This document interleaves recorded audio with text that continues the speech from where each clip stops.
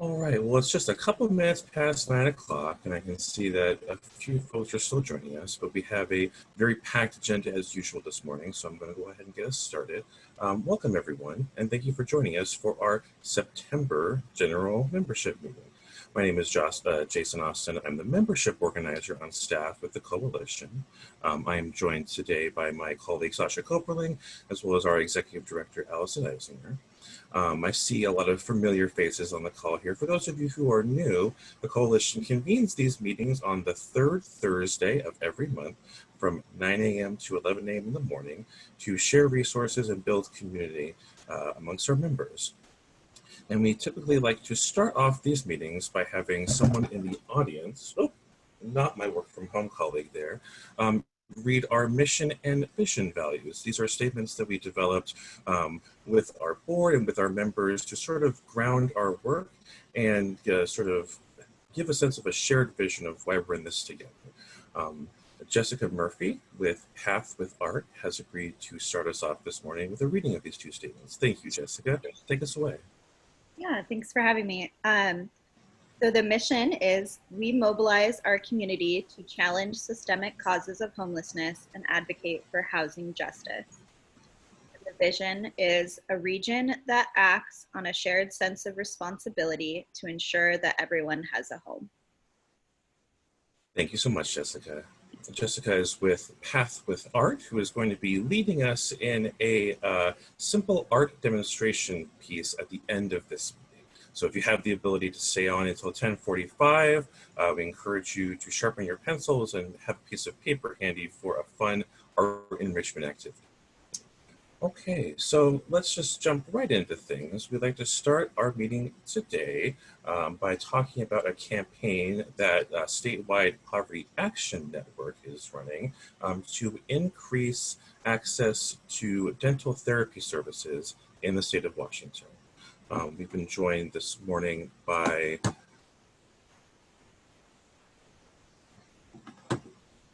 I apologize. I believe that our executive director, Allison, is hoping to say a few more words before we launch into the content.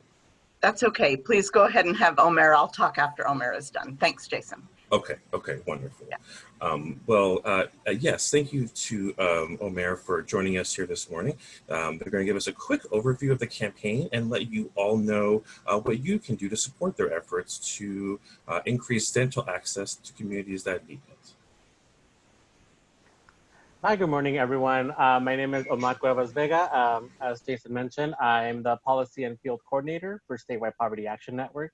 And as he mentioned, we are working on a campaign to increase dental access for all Washingtonians, especially right now in light of the pandemic. We know that, one, a lot of dental offices have closed, but even before the pandemic, a lot of people across the state were having access we're having access issues to dental services, even the most basic preventive services.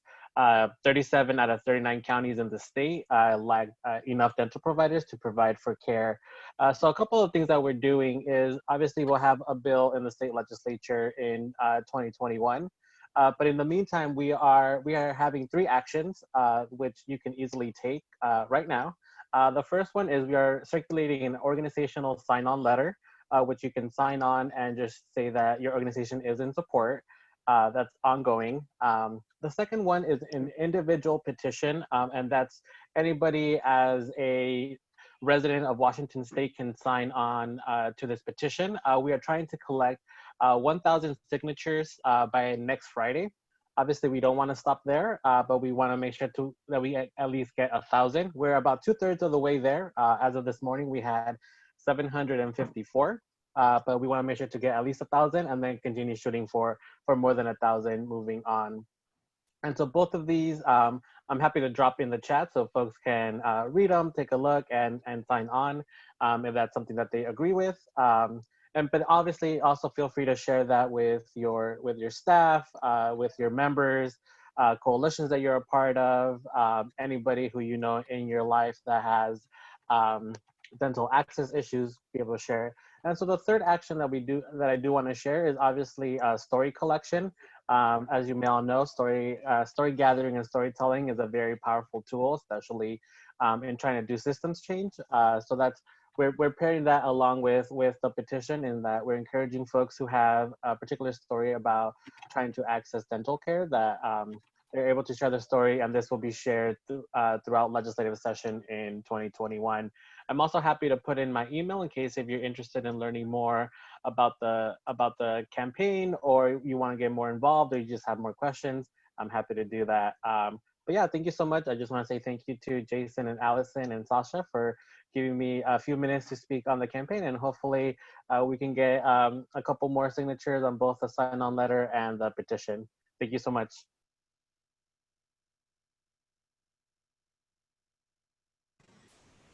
Thank you. And we will be sharing that sign-on letter in the follow-up email that we'll be sending after the meeting. So please, we encourage folks to sign their name as well as your organization's name to their effort going into next year.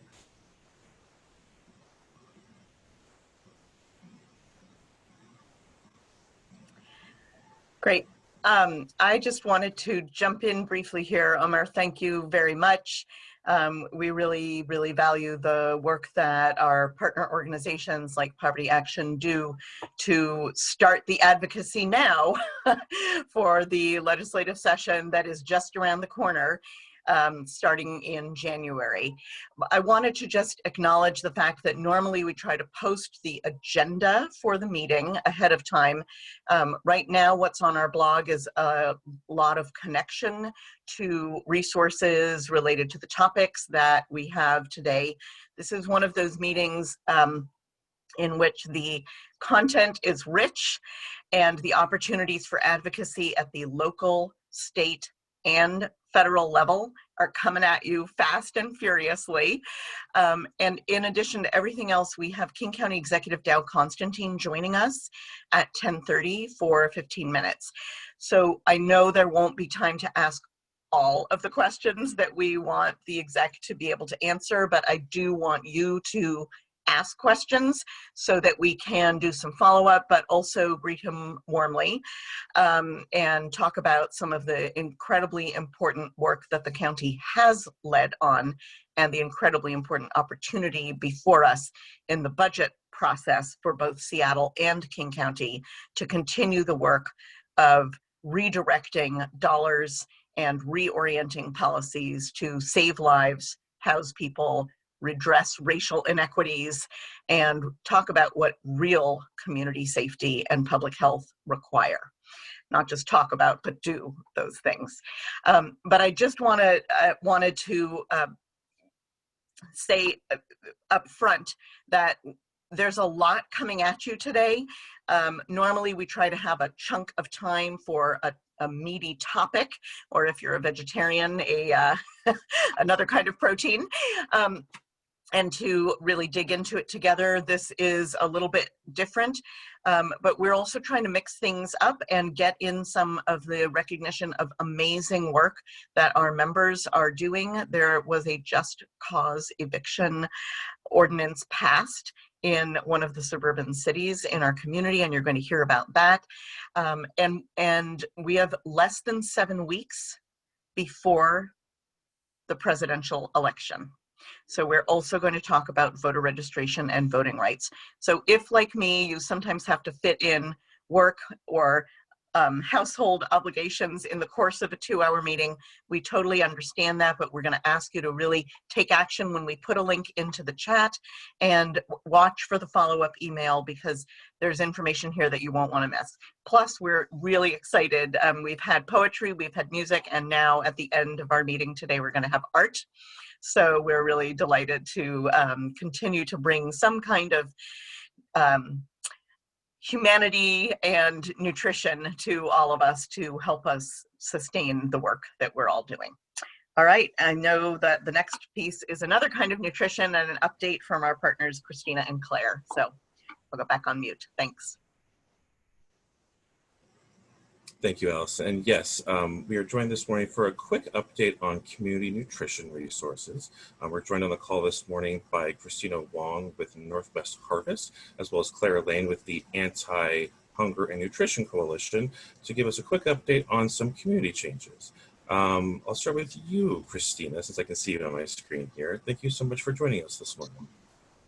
Hi, everyone. Thank you so much for having both Claire and me here today. Allison, I was just thinking the same thing. You are absolutely right. This is a critical time period of that confluence of state, federal, and local issues. I did want to just, Jason had asked me to talk a little bit about how food distribution will be changing in the next couple of months. I understand that's been a question, but I did want to also just quickly say, and I'm sure that both Claire and I will delve into this a little bit further, is that on the federal level, this is a really critical time period for us right now, as you probably know, to try to get a COVID relief package passed legislatively. Otherwise, the chances of our being able to see any sort of relief in housing assistance, shelter assistance, food assistance, and trying to extend those enhanced unemployment benefits, they are extremely dim. What we're hearing is that process-wise, once Congress passes their only must-pass bill, which is a continuing resolution on the appropriations package, so that we don't have to deal with the government shutdown on top of everything else that's happening, that they could very well adjourn and not come back until after elections. And that we might not see relief until early as January. So we'll talk a little bit more about some of the advocacy options that we have on the nutrition front during this time. If that's also okay to tack onto the agenda. Yes, and Christina, I'm going to put in the chat, we have this later on, but since you've mentioned this critical moment, we'll add in while you're talking the action that people can take around the need to take action before Congress adjourns. That's great. Thank you. So as far as food distribution is concerned, starting November 1st, the partnership that Northwest Harvest, Food Lifeline, and then Second Harvest in Eastern Washington, in conjunction with our State Department of Ag, that has been producing those pre-packed emergency food boxes for food pantries throughout the state. Starting November 1st, that partnership will end, and we will go back to our regular scope of services. And what I mean by that is during this partnership, because the need has been so great and the costs for labor and supplies to pre-pack those boxes is also really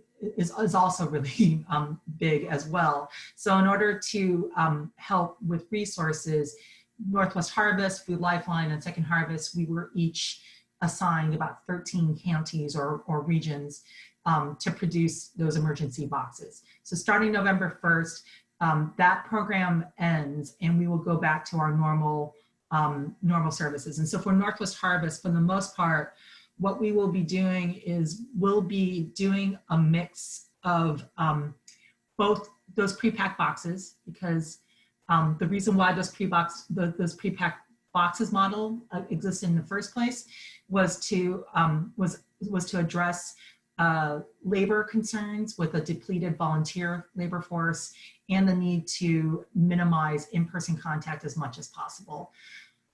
We're also recognizing that we're entering into cold and flu season, where we could very well be seeing COVID cases spike up again, and we will see those same exact issues about needing to minimize in-person contact and have pre-packed boxes, because volunteers will be needing to stay home to protect their own health.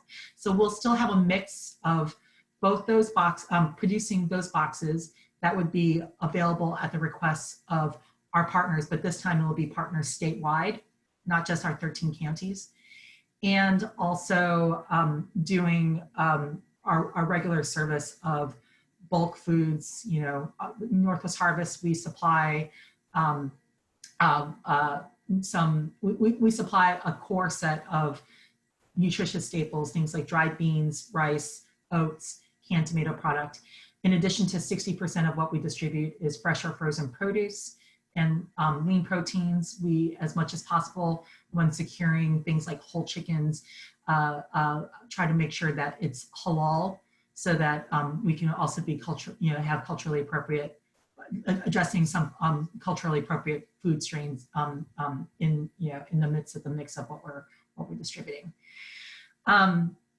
As far as so these are things that we are engaging our partners, both those who are currently within our 13 county strategy and those who are normally in our partner network, to find out more about, get their input on how our distribution plan for that will work, and making sure that they know what they need to know about how to request the boxes and otherwise return to our normal service. So I think what that effectively means for this coalition, as far as the food pantry meal programs that you work with, Northwest Harvest, we will be returning to supplying food to Seattle area food banks and meal programs, as well as Eastern King County, North King County, our traditional set of partners.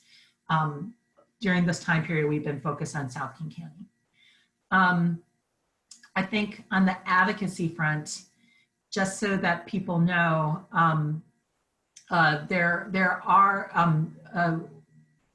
what we're looking at for with the state legislature is we're still, in order to support the food distribution work.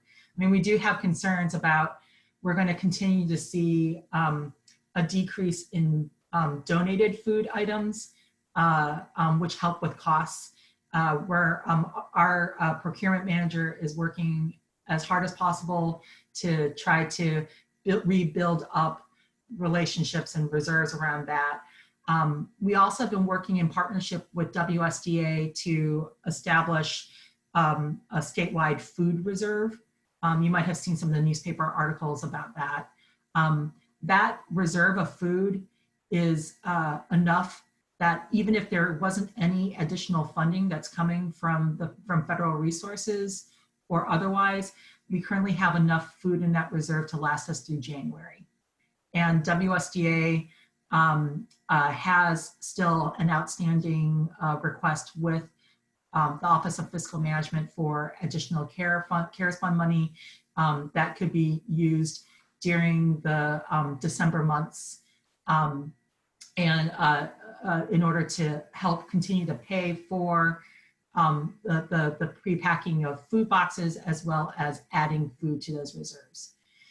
On the advocacy front, I think this is why work on a federal COVID relief package again is so important, because we're fully anticipating that that there probably won't be any additional funding, at least from federal resources, starting in January. And that has been the bulk of what's been supporting emergency food distribution. Northwest Harvest, in order to sort of prepare ourselves for all sorts of scenarios, one of the things that we are delving in deeply into trying to get off the ground is working with using some of the donated money that we receive, also working in partnership with Safeway, Albertsons, to actually distribute gift cards. And gift cards, we're looking at not just Safeway and Albertsons, but the privately, from money that's been donated to us from foundations and individuals, actually using to support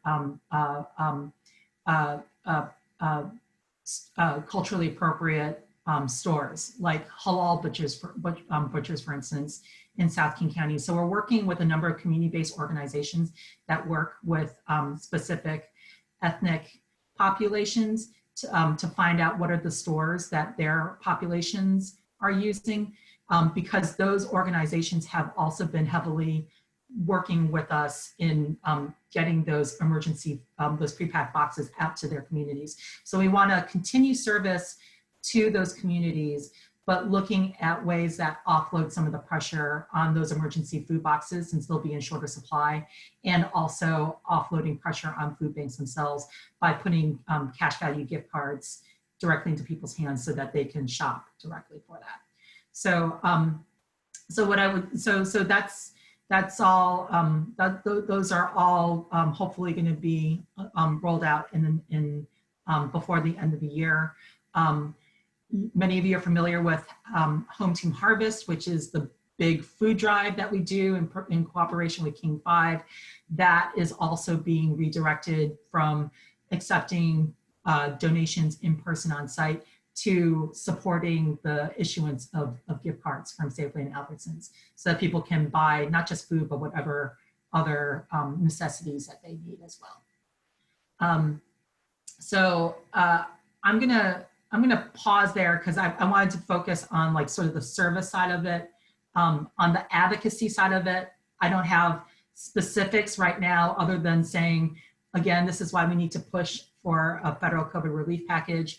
We're shaping up what our legislative agenda will look like, but we know, but we do know that WSGA has included in their decision package that was released, that was published on Monday, at least $24 million in state operating funds that would go directly towards supporting food banks. So I'm seeing Allison's note in the chat. So I just wanted to just let you know that there is a state request, but you know, in this fiscal environment, it's going to be hard. So I'm going to hand things over to Claire and let her talk about nutrition stuff. I mean, child nutrition.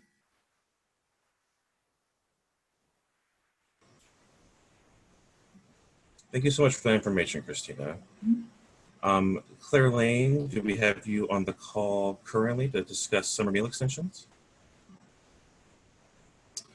I think Claire may not be joining us quite yet. Hopefully we'll be able to share that update later in the call. Christina, do you have background information on the summer meal extension program?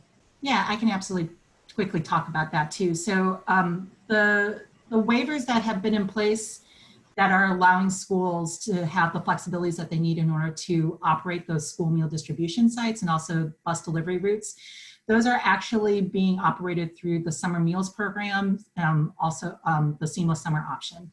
That's an option that allows schools to operate summer meal sites in the event of sudden unanticipated school closures. These waivers are are effectively allowing all kids under the age of 18 to access meals from the school meal distribution sites. They are allowing for grab and go models of food rather than congregate style eating meals on site.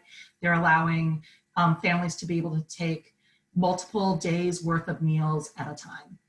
So the reason why these waivers are critical is both not only for ensuring safe social distancing practices during this time, but also helping schools be able to get reimbursed for meals without having to track and verify the income eligibility of kids who are receiving meals, or verifying that the families actually go to the school that is distributing the meals. So that means it's increased access for any child, any family that's in need during this time. Really important stuff. Up until earlier this month, USDA had said that they were not going to extend these waivers anymore, and then which would have caused huge headaches both for school districts and families. But then at the beginning of this month, right before Seattle Public Schools opened, they reversed course and they issued a decision saying that these waivers would be extended through the end of this calendar year, which is great news. However, it's also optimistic to think that early next year, we would be able to revert back to normal practices, that schools would be open universally across the board. So in order to prevent this constant seesawing of waiver flexibilities and then not having them, advocates are really pushing for these waivers to be extended through the end of the academic year. And that's what this latest letter from FRAC that I believe Allison put in the chat, that sign-on letter is for organizations. So if you have authority on behalf of your organization to add your organization to this letter, please do sign on. The deadline for that is noon Eastern time tomorrow, so 9 a.m. Pacific. And what this letter is, it's urging USDA to extend these waivers through the end of the academic year. The fact that USDA changed their mind on this in the first place is totally, completely a victory, and showing how community advocacy works. It took many different sign-on letters across different states, including one that we issued that I think many of you had signed on to earlier this summer. Also bipartisan support from state legislators and from congressional delegations really pushing for this, because it just makes common sense. So if you can please sign on to those letters, that would be great. The other thing that we are asking is that even though these waivers have been extended through the end of the calendar year, really, if you have relationships with schools and school districts, asking them to make sure that they are pushing for families to enroll, to fill out their free and reduced meals applications, making sure that we get as many kids showing that they're income eligible, just for a number of reasons. One is, if pandemic EBT is at all extended by Congress, then we have an easier time of verifying the eligibility of families for this program. The other reason, of course, is in case these waivers aren't extended, then we can maximize as many kids as possible are eligible for free meals, and making it less difficult for schools on that tracking side. So please check in with your school districts, making sure that they're including those materials and whatever ways that they can improve their outreach to families during this time. Wonderful. Thank you so much, Christina. That's a good point, that we still want to encourage folks for those working with families, to encourage your families to enroll in school nutrition programs. We'll be including a link to where you can find information for how to enroll in school district nutrition programs in the follow-up email. So now I'd like to move us into our member update section of the meeting. The Coalition is a membership-driven organization. We collaborate with our partners across King County when creating the education and advocacy opportunities that we bring to you. One of our member organizations is called HopeLink, who we collaborated with on a financial empowerment workshop on July 30th. We got feedback from our members that that this information was useful and that they're hoping for more of it. And so we're excited to be previewing a mini training series that we're collaborating on. Emily Goodright, a case manager with HopeLink, has joined us to give us a sneak preview of what this is going to look like. Good morning, Emily. Hi. Hi, everyone. If you were on the training on July 30th, I was one of the trainers for that. And at that training, we talked about budgeting, income tracking and benefits, spending, and credit scores. And there was just so much information and people had so many questions that we've decided to continue this training series and really go do a deep dive into the modules in the Your Money, Your Goals toolkit. So first thing I want to do is just do a little quick preview of what Your Money, Your Goals is, so you have a better idea of that. So what it is it's a free financial toolkit developed by the Consumer Financial Protection Bureau. And organizations and providers can use the toolkit in order to help individuals, primarily who are low income and economically vulnerable, meet their financial goals by increasing their knowledge, skills, and resources, from saving to credit scores to, how to protect their money. And the toolkit really helps to start and facilitate money and financial conversations with people. The toolkit also provides tools for working with people with unique needs, such as Native communities, individuals with disabilities, and individuals with criminal records. And one of the most important things to note about the toolkit is that it's not a curriculum, but a set of tools and information that can be used when relevant for a client. And so if you happen to go through the whole training series, which will be probably throughout the year, you may have a client who needs help with budgeting, and you'll have the tools for that. You may have a client who needs help with credit scores, and you'll have the tools for that. And you can really pick and choose what information you use to help meet a client's specific needs. So our training on September 30th is really going to be introducing the toolkit and how to start the money and financial conversations with clients, which probably can be one of the most difficult parts in actually starting this work with someone, is starting that conversation. So we'll be discussing the purpose and goals of the toolkit and providing a brief overview of the structure of the toolkit and what modules are in the toolkit as a whole. We'll be talking about what financial empowerment is and why we should provide financial empowerment tools and information to clients, really kind of focusing on the question, like, why as providers is this essential in working with clients, specifically individuals who are low income and homeless. And then we will talk about how to begin the financial empowerment work with clients through conversation and tools provided in the toolkit. So that's going to be the September 30th training. We'll also be doing a little bit of a preview of the trainings we already have scheduled for the next few months, which includes setting goals, saving, tracking income and benefits.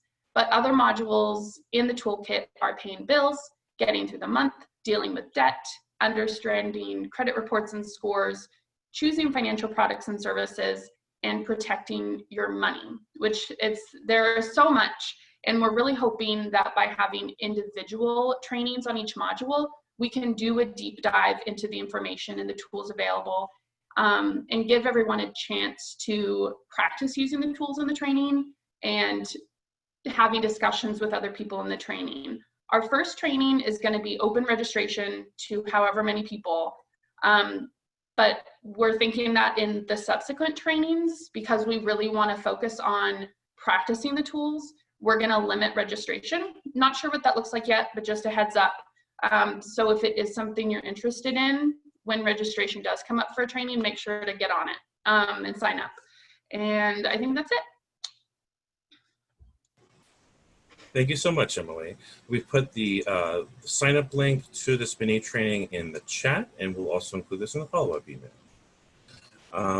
We also wanted to use this time to quickly check in on a couple of program updates related to support services for youth and young adults, including a rental assistance program that has specifically been created for young adults. We are joined this morning by Whitney Whitmore with the YMCA of Greater Seattle, as well as Erin McCann with Legal Counsel for Youth and Children to provide a quick 5-minute update on this. Thank you so much for being with us this morning. Thank you for having me, Jason. So like you said, my name's Whitney Whittemore. I use she, her pronouns, and I'm from the YMCA Social Impact Center, which is a part of the YMCA Greater Seattle. And I'm here to talk about our eviction prevention and rental assistance program. The goal of our program is it has a focus with an equity on groups of people who have been historically, that haven't had equitable access to assistance and have been especially impacted by COVID-19. So we received these funds. We received $3.2 million to have a focus on helping 18 to 24-year-olds who are, the criteria is they have to be behind at least 1 month of rent since March 1st. They have to be 18 to 24. They need to live within King County. And we only say that because there are other counties that have these funds as well. So we would essentially refer them out. And they have to be, the household has to be at or below 50% AMI. There's additional criteria that must be met. But the nice thing about this criteria is that it's anyone in the household can meet it. So some of the examples are they have to have a rent burden of 50% or more. Previously homeless within the last 5 years, that's to include couch surfing and doubling up. Eviction history within the last 7 years, a housing disruption due to a household member's race, ethnicity, gender identity, sexual orientation, or religion. Someone in the household will have to, a criteria is being at risk or have severe illness. A disability of any of the household members to include physical, developmental, mental or emotional, including impairment caused by alcohol or drug abuse. If someone is 20, obviously our funds are just for 18 to 24, but if they're 24 and younger and they're pregnant and parenting, those are all different criteria. I sent Jason the link to our webpage that has the button to click to apply.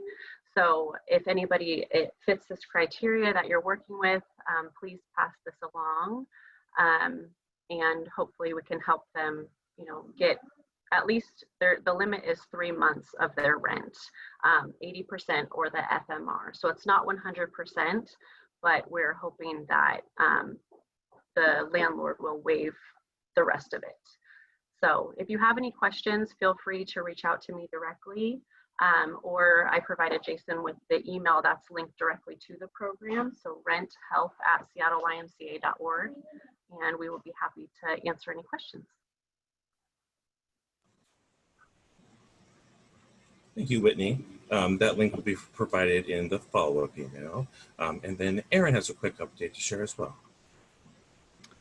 Hi, all. Erin Shea McCann, she, her pronouns. I'm from Legal Counsel for Youth and Children. And just a very brief update. There's another rent assistance fund for young people. It's not yet live. There is no application yet, but it will be coming soon, we hope. And it is for young people who were in extended foster care, who turned 21 since March 1st, or who will turn 21 before December 31st, 2020.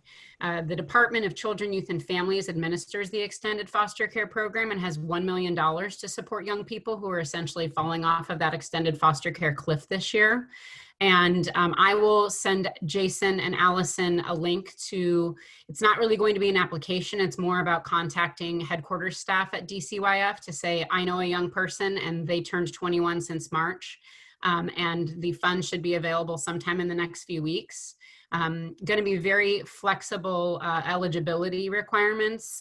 So if you know a young person who is in extended foster care and who's turning 21 between March and December, hopefully we can get a link out to connect those young people or you to DCYF, and they will be able to access rent assistance hopefully in the next few weeks. So it's kind of a TBD, but a heads up for you all that if you're connected to extended foster care youth, this is coming as well as another form of financial support.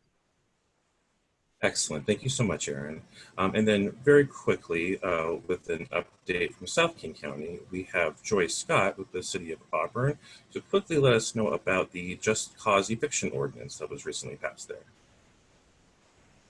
Hi, Jason. Hi, everyone. Thanks so much for having me. My name is Joy. I use she, her pronouns, and I'm the Community Services Manager with the City of Auburn.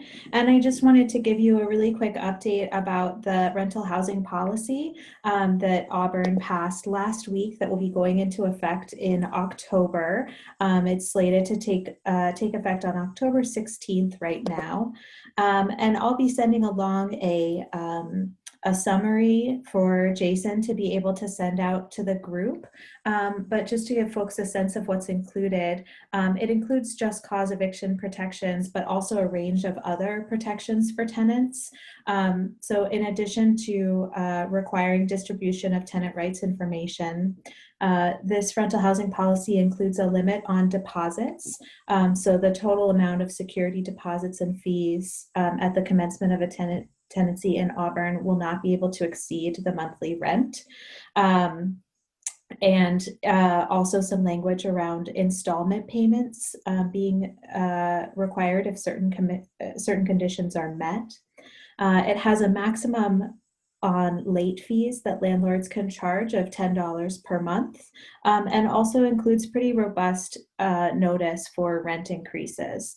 So landlords will be required to provide a minimum of 120 days written notice for any rent increase that is 5% or more. So that just strengthens the current 60-day notice that's required for rent increases at a state level. We've included some provisions around requiring notice of proposed sale of any affordable housing in the community, and I'm happy to talk with folks in more detail about that if they have questions.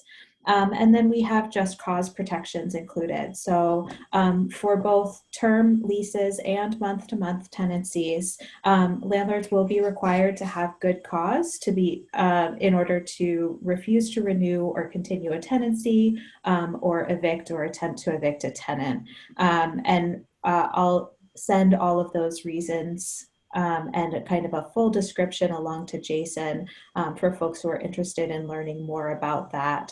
It's somewhat similar to the recent ordinance that the city of Burien passed, but with a few, we have a few less reasons that are allowable. So happy to send more detailed information or ask questions or answer questions if folks have any.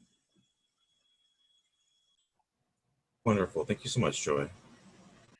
Joy, that's really tremendous. I want to just take a beat here and recognize, with a little Zoom applause, the extraordinary accomplishment of passing that kind of ordinance anywhere, but I venture to say, particularly in South King County, and we really want to thank the folks who worked on this and the elected officials in the city of Auburn who passed this really important new set of protections for tenants. It's an ongoing process, as we know, to secure tenant protections in our community. And I know this was a lot of work to get to this point. I'm really looking forward to seeing the details that you're going to share with us, Joy.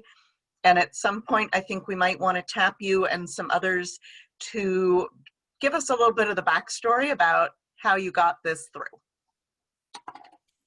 Absolutely. Thank you so much. And I will just say it was a unanimous vote by our council, who's been really supportive of having this conversation. So we've been really pleased to be able to have a robust and impactful conversation about how to protect renters in our community.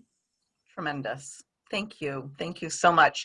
We'll probably post the full summary that you're giving us on the blog so that people can see it. Between Auburn and Burien, there's a really clear model that we need to try to help get past in other communities, I think. That's great.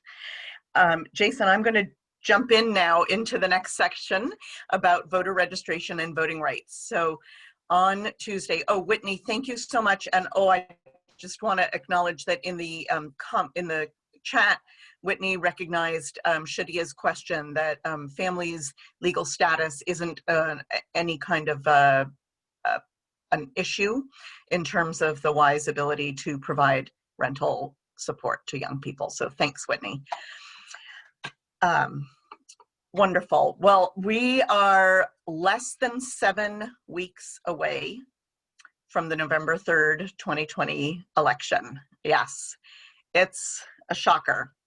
So what that means in our community is that unlike millions and millions of other people in other parts of the country, we have the opportunity to ensure that our robust vote by mail system is in play, and that we help people, every single eligible voter, register and vote, including on election day, if that is what it takes. However, we are not actually out of the woods. So I'm sorry, I'm just seeing a message. Okay. An interesting question. We were going to try to do a poll, but it turns out that we have maybe undermined our ability to do that poll. So, because all the coalition staff are using one account. So, we're going to see where we get to with this. So before we get to the poll, which we may or may not be able to do, I wanted to just welcome Corey Walster from Civil Survival, who is joining us today, as well as Rachel Collar from Recovery Café. We are so grateful to be part of the Washington Voting Rights Restoration Coalition, which is a powerful coalition of people and organizations who, not satisfied with who is currently eligible to vote, are committed to expanding democracy and expanding access to voting rights for people in our state. And so I'm going to ask Corey to talk a little bit about the project that is underway that he's helping to lead, that is going to help us not only get the word out about the voting rights that currently exist for people who may have previous felony convictions in Washington state, but also to collect people's individual stories so that we can continue to advocate and change the law in our state during the next legislative session to expand those voting rights even further. Corey, since we're running a little bit behind, I'm going to ask if you might be able to just keep it to about 5 minutes. I know you have, in addition to the survey, excellent information to share about a whole week's worth of activities that you are helping to sponsor. So we do want to hear about that. And I'll turn it over to you for about 5 minutes. Thanks.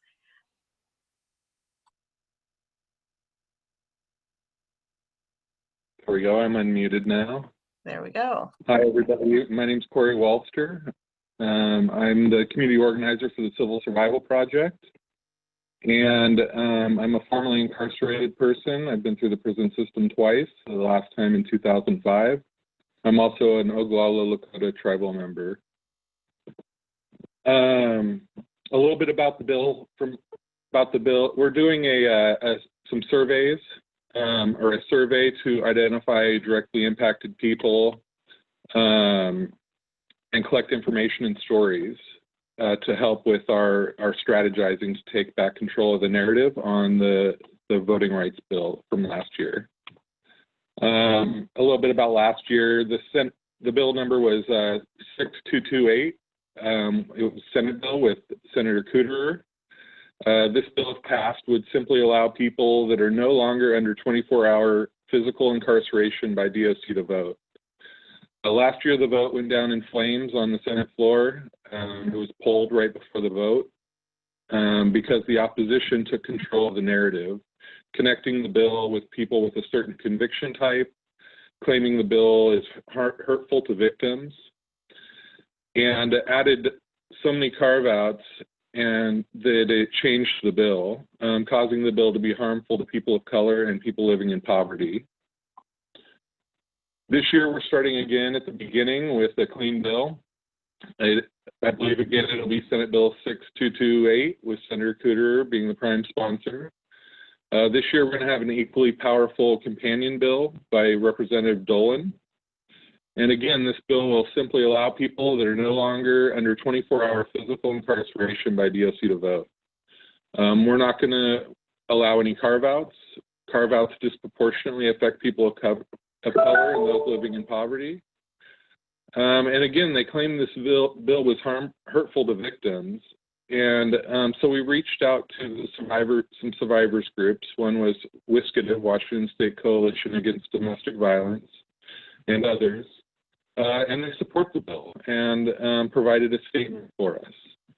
And again, you know, we never stopped meeting after the last session, and we've been working really hard to strategize and take control of the narrative from the opposition. And one of those tools, again, is a survey to identify and collect information and stories from directly impacted people. So if you all are able to share that survey through your networks, that would be wonderful.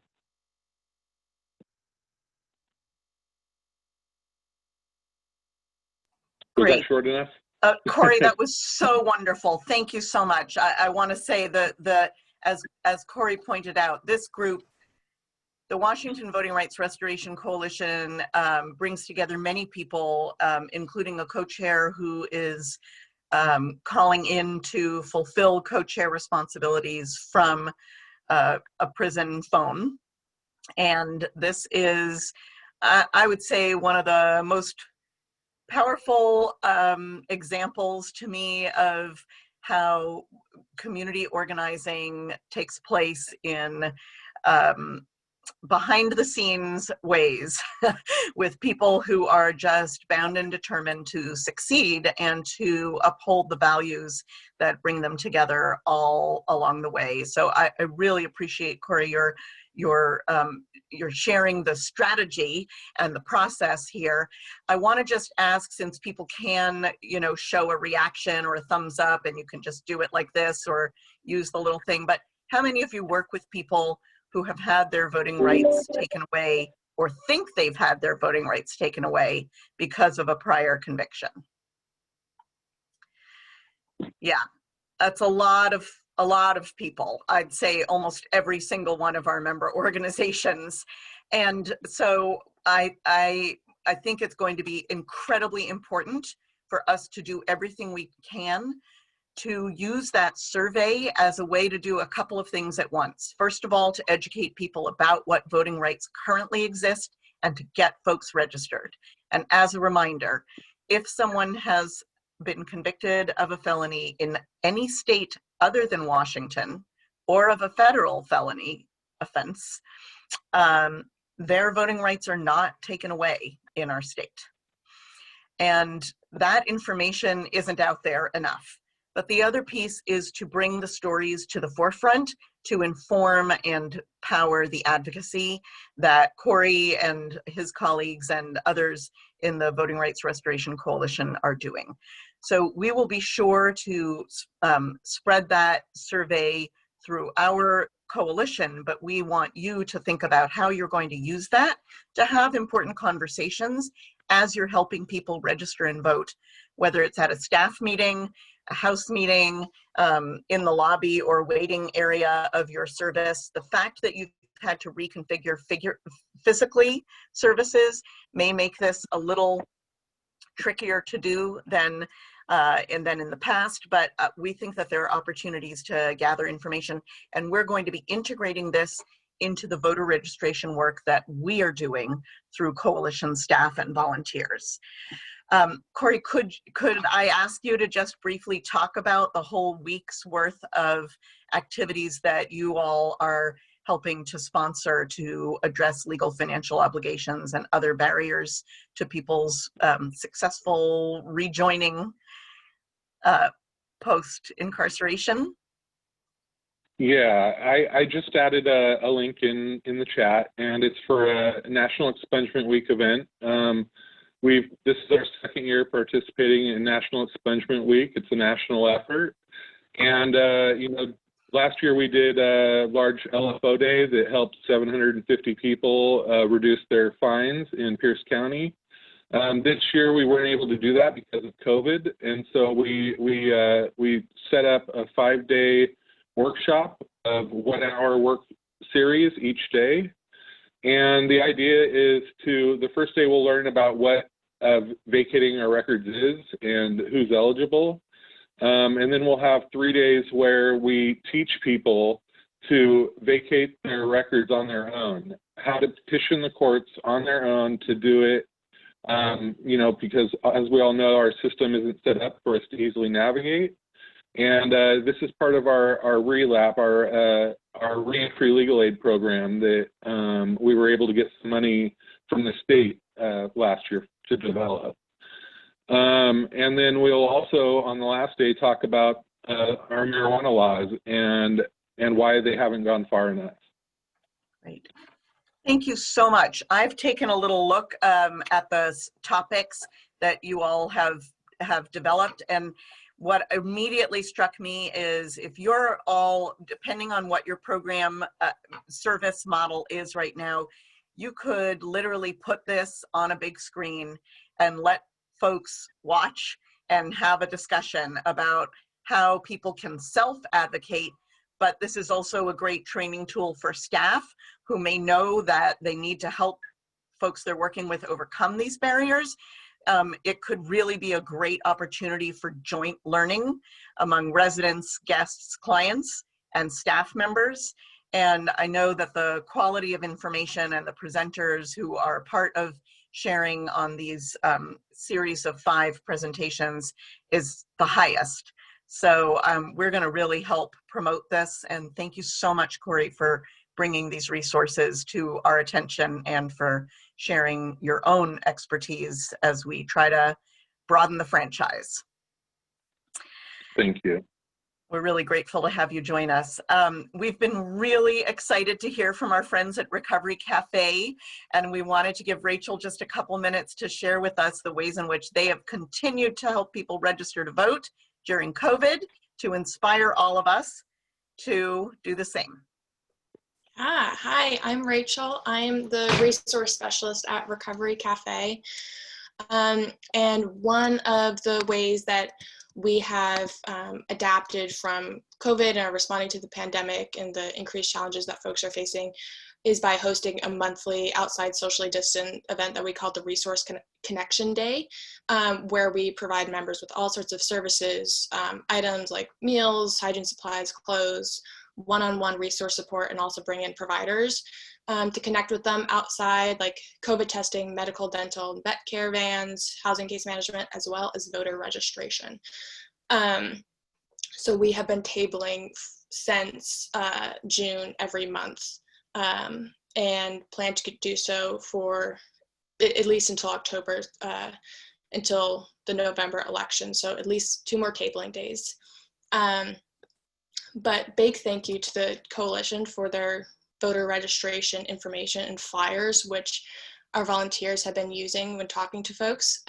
One of the biggest challenges that folks we serve are facing is that they want to register but don't have a permanent address, or like what we were saying, like think that there are all these barriers when there really aren't, or they've been told that there are these barriers. So if they don't have a permanent address, if they're formerly incarcerated or have a felony record, we want to let them know that they can still vote, they can still register. So the coalition has a really great flyer specifically for people experiencing homelessness and other challenges that answers these concerns. So that's been really helpful. And logistically, we kind of set up a booth at outside the cafe with other providers, and we have a volunteer man that booth. And yes, this is one of our lovely volunteers, Mary Ellen, and people can come, and we have hard copies that they can fill out on the spot. And especially this is helpful if they're not able to register online. And we provide the stamp to mail in any complete registrations. And by the numbers, we have helped 5 people register, have had conversations with 11 additional people for more information, and had conversations about registering or voting. And we have given out 3 blank voter registrations for members to complete on their own. And even if they don't register or if they've already registered, it's just great to have these conversations and remind people about their rights to vote, and answers any questions that they have about voting. And we also have the registration and the coalition flyers at our front door that are given out daily if people ask for them, with meals. So that's all that I have. Thank you, Rachel. For, your support with it. It's been great to just have these conversations with folks in the last few months and in the coming months for the election. Great. Thank you so much, Rachel. You know, in normal years, we would have volunteers out intensively right now. And what's great is that we have people reaching out to the coalition wanting to help. So the poll that I was going to do, we're just going to convert into a quick little Survey Monkey, and we're going to send it out to all of you and to all of our members. But just to give you a little sense, it's really 3 questions. And the first question is every single person who works at or receives services at your program or agency who's eligible to vote registered? And the answer choices are yes, in which case, good job. No, we're going to get right on it. No, we don't care about voter registration and democracy. Or no, and we would like some resources and information to register more people. So we're really interested in training additional staff and volunteers, what Rachel's describing as a wonderful combo of passive and active ways that staff and volunteers are getting information out there. You all have the ability to do this in ways that are adapted to your own sites, and we want to help you.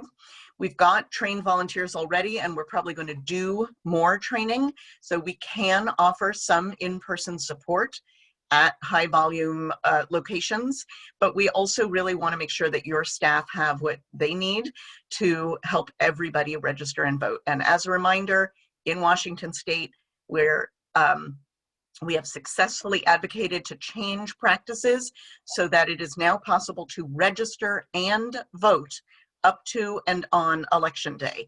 But obviously the lines are going to be big. There is COVID to consider, so that is not a preferred option. We need everybody to be doing everything they can right now. So I'm going to wrap this up. You please look for the follow-up survey because we want to help you do this. And obviously it's also connected to making sure that everyone's counted in the 2020 census. So I'm going to hand things over to Jason, who's going to talk about that. Thank you, Allison. And yes, if you're interested in doing voter registration at your program or need support or materials around that, please do reach out to us. As Allison mentioned, the 2020 census is currently underway and under attack. The federal government is attempting to undermine the data collection efforts of the 2020 census by arbitrarily cutting the deadline short. Originally, they gave themselves to October 31st. They attempted to shorten it to the end of September. Fortunately, a federal court has filed an injunction against that. So as long as that injunction stands, we have until October. Regardless, it's critically important that we be working with the folks that you serve and work with to fill out the census, because it has implications for funding and political power for the next 10 years. The census can be filled out one of two primary ways, either online or over the phone. You can go online to 2020census.gov for their application portal. If you click in, you'll see that there is, under the first questions about address, there's a checkbox that says, I don't have a street address. For folks who are experiencing homelessness or lack of a traditional address, this checkbox will then take you to a screen that allows you to give a narrative description of where someone is living. So if you're working with someone who maybe has a mailing address set up at a shelter program, or if they stay at a street intersection or a park, this online portal has a text box that allows you to provide a narrative description of where people are residing. And it will say, do your best to answer as of where you were as of April 1st, because that was the original deadline before COVID started. You can also complete the census over the phone at their hotline number. We'll share this in the email, 844-330-2020. We encourage folks to use this if people are needing language options. For people who work at direct service sites, you may be involved with an effort through the census called service-based enumeration. For people without a traditional address, the census surveys people at locations where they access services. And this is coming up soon. Next week on the 22nd, 23rd, and 24th is when this operation will be conducted. The 22nd is when the census will be reaching out to shelters, safe parking programs, and other emergency housing type options. The 23rd is when the census will be surveying people at meal programs, mobile medical vans, and other daytime services. And then on the evening of the 23rd into the night of the 24th is when census will be conducting a count of people who are unsheltered outside. Now, the census should have already done advanced contact with you and your program if you work for a site that offers those types of services. If you work for a program that offers this type of service who has not yet been contacted by census staff, and you think that you should be involved with this service-based enumeration effort, please reach out to us. We've partnered with United Way to get folks in contact with census operations staff to make sure that that loop gets closed and that people are included in this effort. Jason, I'm going to just bump in here briefly to underscore something. This is it.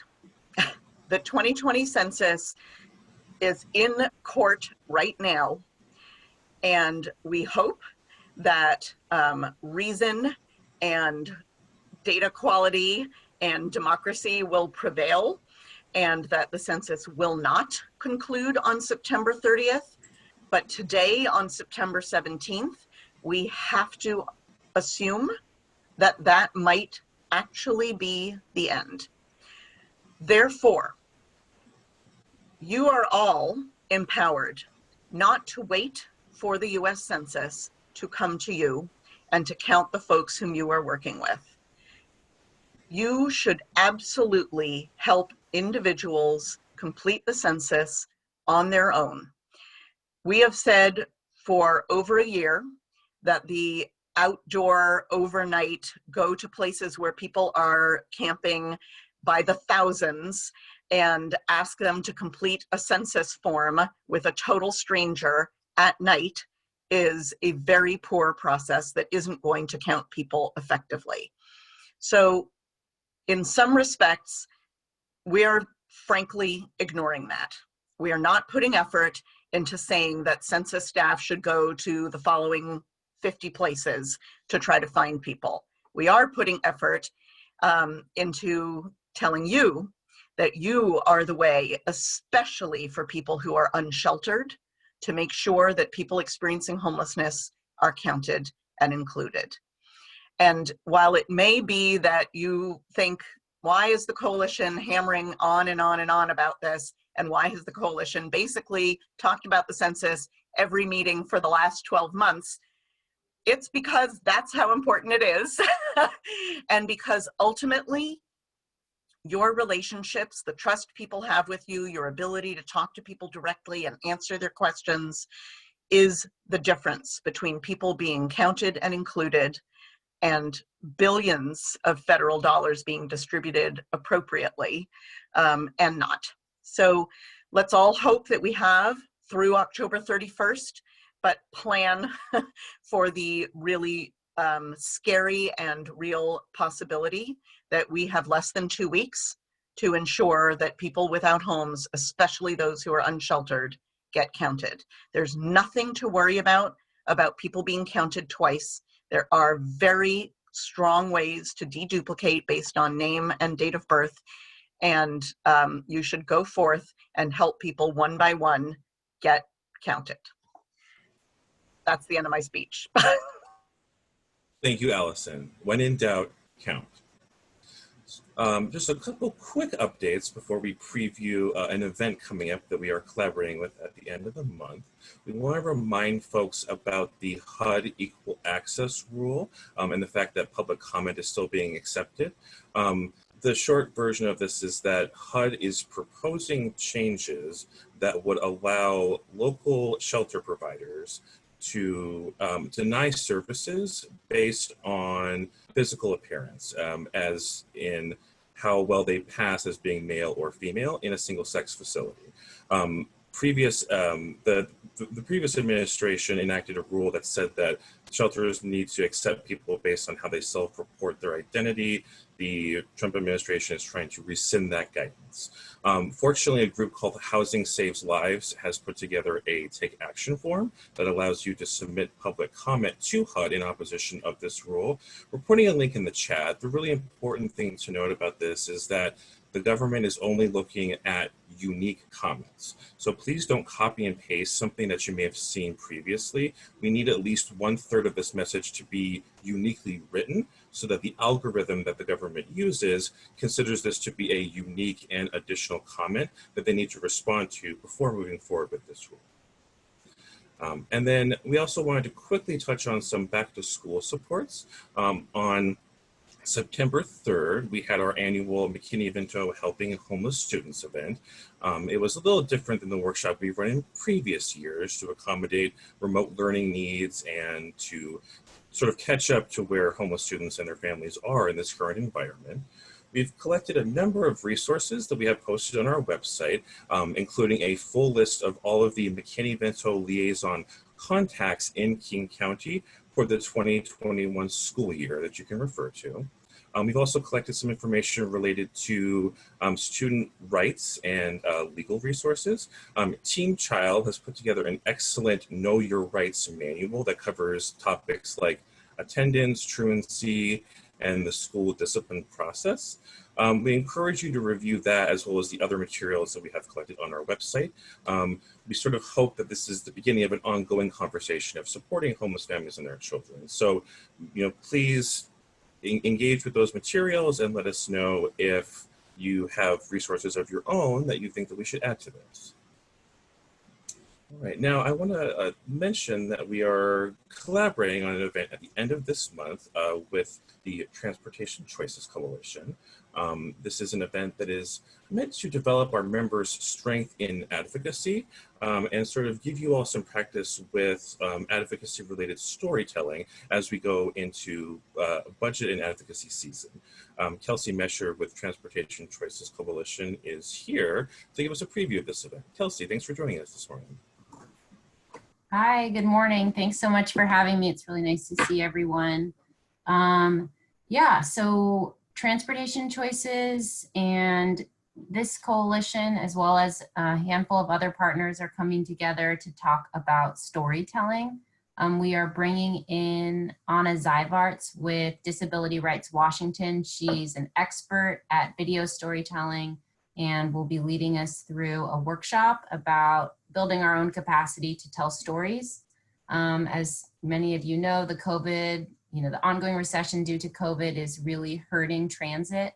And, one of the things that we feel is just getting lost is everyday, rider stories, but also service provider experiences with, how they see their clients interacting with transit, and that it's still really an important thing with so many regular sort of white collar workers not riding transit and funding drying up. It's really important that we keep sort of the stories of who is riding transit still and who depends on it front and center. So we'll be spending an hour and a half. I know that's a lot of time right now for some people, but if you are willing to join us, we'll take a step back, talk about storytelling, and then hopefully, build a community of storytellers that we can work with going forward. And I will add that, we're focusing on transit that day, but these skills obviously transfer to any issue that you want to advocate for. So we would love for anyone here to join us. It's free, or also feel free to pass it on to your networks as well. And then I wanted to, and let's see, I think Jason was going to drop the registration in the chat. So thanks for doing that. I also wanted to take 2 minutes to ask for your help. Seattle King County Coalition on Homelessness and our organization have been working for years on the issue of fare enforcement on transit. I think many of you know that King County Metro has done some really great reforms to their program, where if you are found not paying, you don't get a citation anymore. You now are referred in-house to Metro to resolve that issue and hopefully actually connected to resources to help you pay. Unfortunately, Sound Transit, which operates the light rail and the Sounder trains, has not made those reforms yet. So we have been advocating with them for about 2 years to make some changes. The good news is they've agreed to do some changes, such as changing the uniforms so they look less like police and lowering the fine. But they have not totally agreed to divorce their citation process from the court system. So we are doing a final push right now, asking Sound Transit, please, if somebody is caught without, if someone is unable to pay their fare, please do not issue them a citation that could get them involved in the court system. Please help them instead figure out how to pay their fare. So we have an action alert out right now. Jason, is it possible to drop that in the chat as well? If you have 1 minute right now, it'd be awesome if you could just take this action alert now. We're sending a letter to the Sound Transit executive leadership and their board saying, please separate fare enforcement from the court system. So we need to support people in riding transit rather than punish them because they are unable to pay for a train ticket, is the message. So please take a moment to contribute to that action. We would really appreciate it. We do believe this is the final, one of the final pushes that could actually result in some action in the next month or so. Thanks so much. Kelsey, thank you. We really, really appreciate the work that Transportation Choices Coalition does and has done for years to recognize the harm that is done when public transit becomes yet another space where law enforcement is unnecessarily and inappropriately brought to bear in human interactions. And we've really appreciated the partnership. The 5 core organizations that have been part of this work are TCC, the Transit Riders Union, One America, and Puget Sound SAGE, along with the Coalition on Homelessness. Rochella, yes, we will send these links out in an email because there's an awful lot happening in the chat box. Some people love the chat, some people are overwhelmed by it. So yes, we absolutely will send this stuff out. We're also going to post different actions on our Facebook page and on Twitter, so you can follow us on social media, and we'll get you the links to take action and share. Kelsey, forgive me, I had to get up for a minute, but did you mention what the time frame is for the Sound Transit Board taking this next issue, this next step? Yeah, so the board is getting a briefing next Thursday, the 24th. So they'll be presented with some recommendations, and they will actually make a decision at their October board meeting. Thank you so much. Great. So this is the way in which advocacy now goes, which is it is all levels of government, all organizational partners all the time.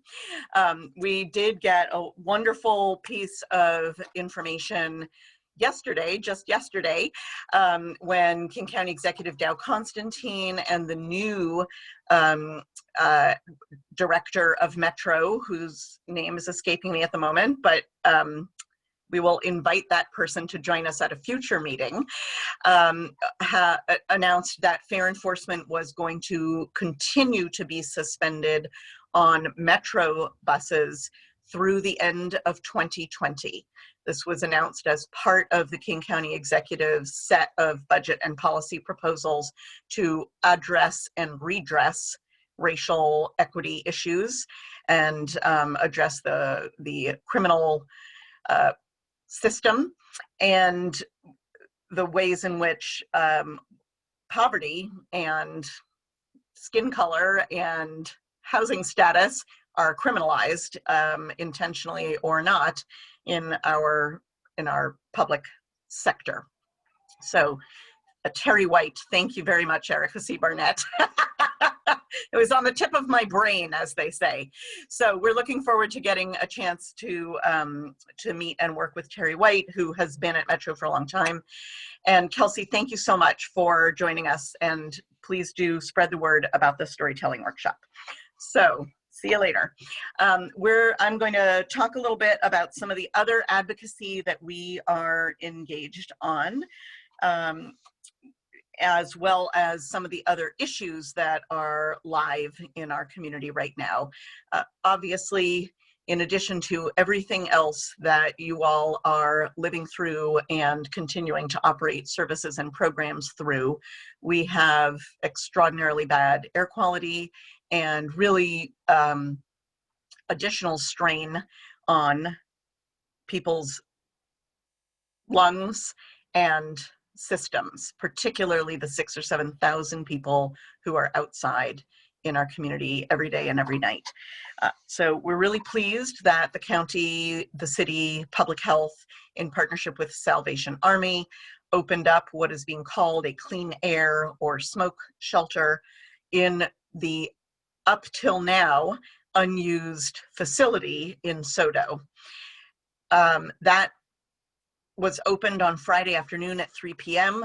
My understanding is that by Sunday morning, it was full with just over 100 people. There were other places where families with children and youth and young adults were being directed at the same time.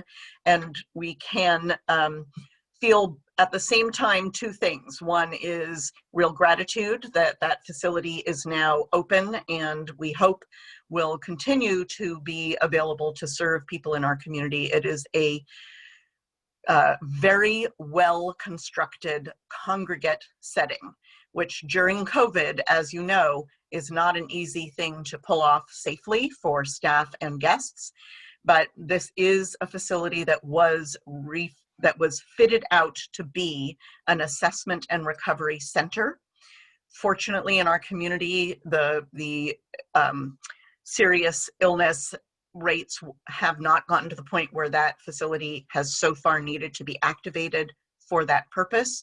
So there are a lot of procedural hoops to jump through to have opened it as a clean air shelter.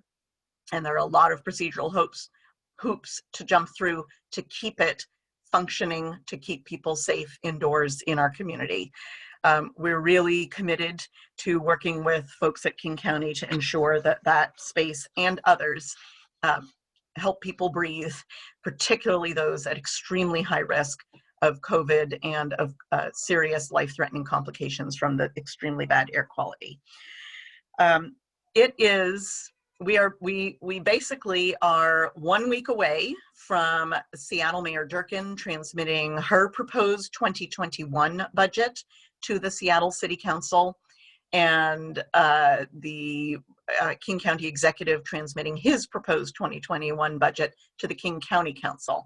Actually, I correct myself. Mayor Durkin is transmitting her budget September 29th, I believe.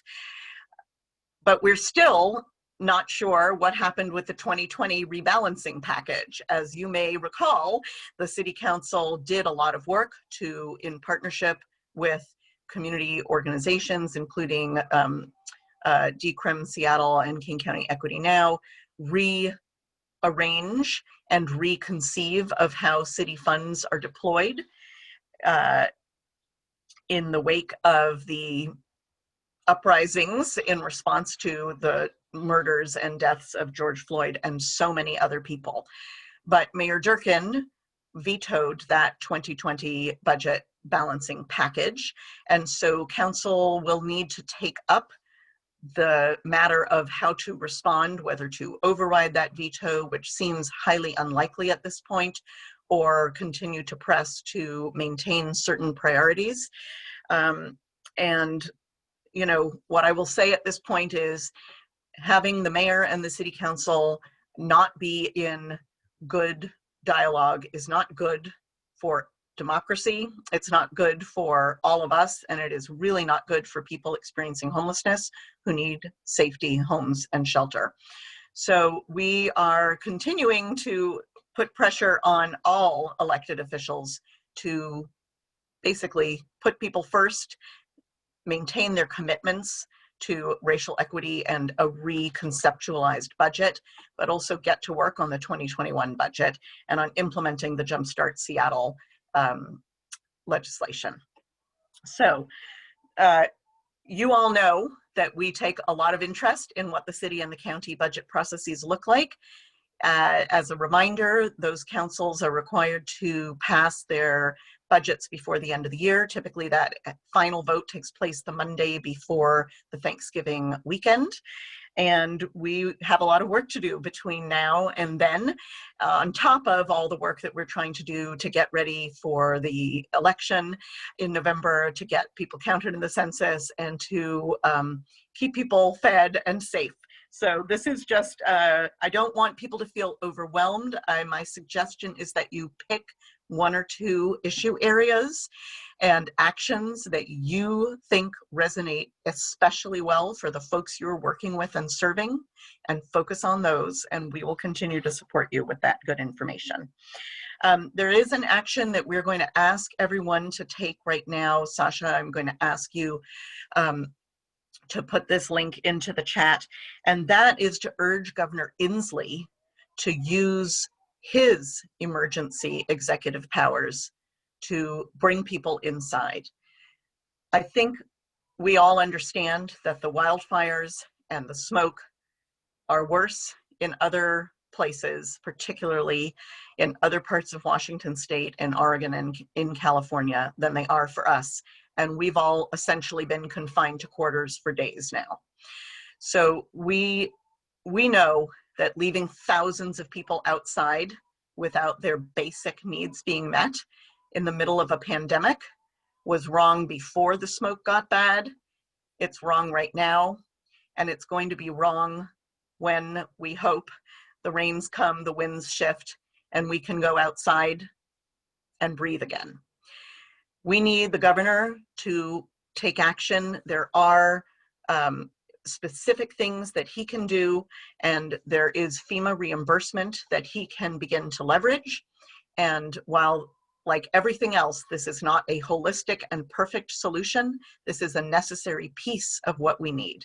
So the link is in there. We thank our partners at the Washington Low Income Housing Alliance for putting this action alert together, and hope that you will just take a couple of minutes to take that next step. Just a quick mention about federal issues. I think you all know our Washington State Eviction Moratorium, which, thank you, Governor Inslee, has been extended not once, but I believe twice now, is in effect until October 15th. It is hard to imagine. That is the date, by the way, of our next general membership meeting, so put it on your calendars now. It is hard to imagine that that moratorium will not need to be extended again, because as we all understand, there is a profound need for rent assistance, for support for landlords who need rent to be paid, and for foreclosure prevention work to take place. But the federal government also took action, and there is a national eviction moratorium in place, issued, interestingly enough, by the Centers for Disease Control, an embattled federal agency if ever there was one.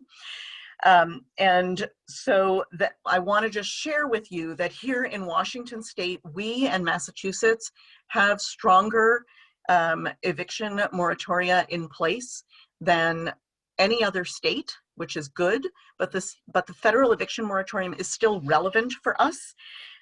It seems that the CDC order can protect against some evictions that state law doesn't reach, and it's quite important to understand how to help tenants take the actions they need to take in order for them to be protected by the federal eviction moratorium. So there's a lot of good information from the National Low Income Housing Coalition about that, and especially if you know people in other states, that's really critical information to get out to tenants. I am going to skip over our federal action, which we took earlier, about trying to get Congress to do its job before it breaks and goes home without providing any additional COVID relief, which we urgently, urgently need them to do. And welcome King County Executive Dow Constantine, whom I just saw pop up on a little Zoom window here. Welcome, Executive Constantine. Well, give me a thumbs up if you can hear me. Good.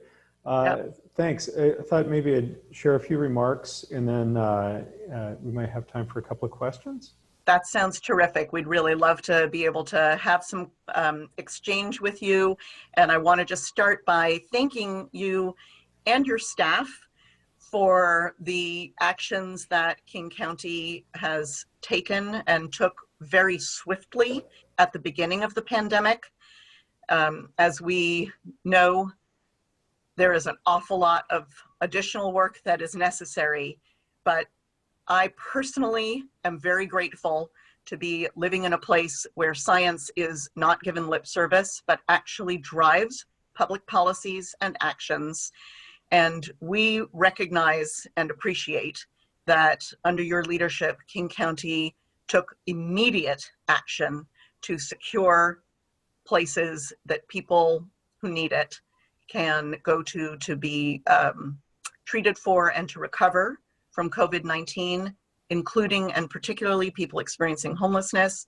That didn't happen in every community. We know that there's a lot more to do, but I want to begin by acknowledging that and thanking you and the King County employees who have continued to work very long hours alongside our members to not only put processes in place to keep people safe, but to keep on fixing those processes and making them better. So thank you. Well, thank you. You know, there's a lot here, and I do have a few points I want to touch on, but that was a unique moment when I was in Washington, D.C., and I got a call quite late at night telling me that there was this outbreak of the novel coronavirus, not yet called COVID-19, in Kirkland in a nursing home. And I got on the plane the next morning, first flight out to come back, and was trying to, use the kind of sketchy email that they have on planes, and work with people and identify like what we need to deal with first. And the public health people were talking about the different possibilities here, but I was just like, okay, this is a problem in nursing home. We definitely have a challenge with detention facilities and with shelters for those who are homeless, as well as people who are living unsheltered, homeless.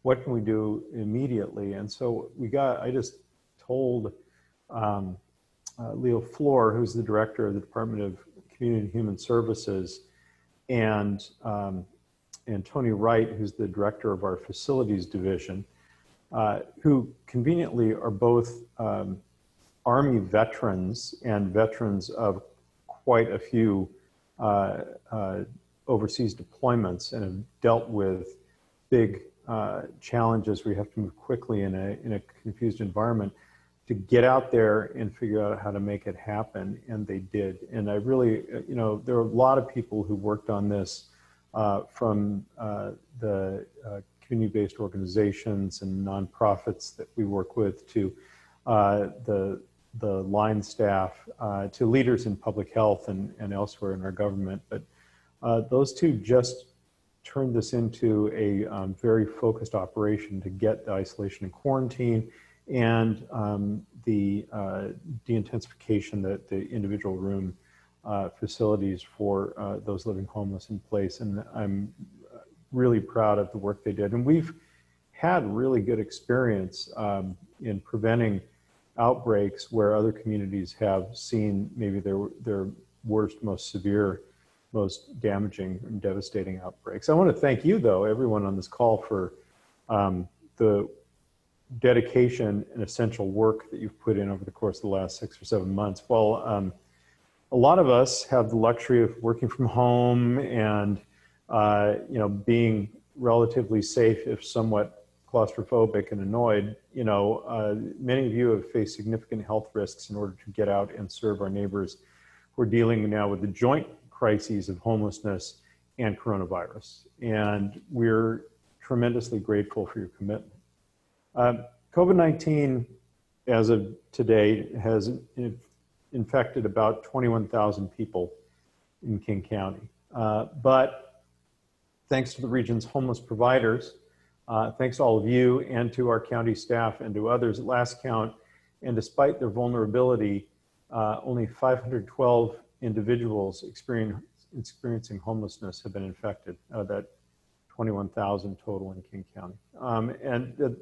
While the number is much lower than I originally feared when I was on that flight back from Washington, D.C., it's still too high. We're working very hard to find ways to reduce infection across the county, and especially among those who are most vulnerable, including those experiencing homelessness. Because our region's efforts to ramp up testing, because of the region's efforts to ramp up testing at homeless service sites, and I don't think I need to belabor the point about what a mess testing has been in the United States compared to the rest of the world, and to alter our congregate shelter settings and to provide new choices through things like leasing of entire hotels or through vouchers for individual hotel rooms. The region is seeing proof of what you have known for a long time, that people's lives improve significantly in a single room setting.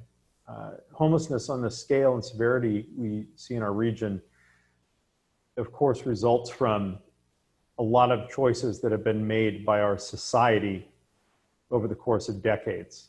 The choice to disinvest in the infrastructure that helps people find security, to disinvest in the supports people need to be able to live a successful and productive life. The choice to foster unprecedented inequality, income inequality, and otherwise in our society. And I'm sure that everyone on this call agrees to some extent with that, and we just must do better. But just to face the immediate impacts, not to undo 40 or 50 years of voodoo economics, but just to deal with what we are experiencing because of it in our community, we have to provide individuals the certainty of a place to call home and the supports they need to stabilize their health and secure their future.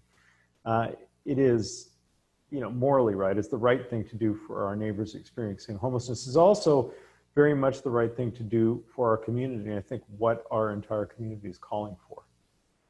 You've demanded that elected officials act with more urgency. I have been working with my Department of Community and Human Services, including as we have seen the results of some of the things that we have been able to do because of COVID and because I've got to declare an emergency and because we had federal money, which, by the way, yes, runs out December 30th, oddly, not 31st. And we are very much looking at that cliff coming up and with trepidation. But I can't share details right now, but on Tuesday, I'm going to be putting forward some significant, and I think you'll agree, impactful proposals, major proposals to help our most vulnerable neighbors.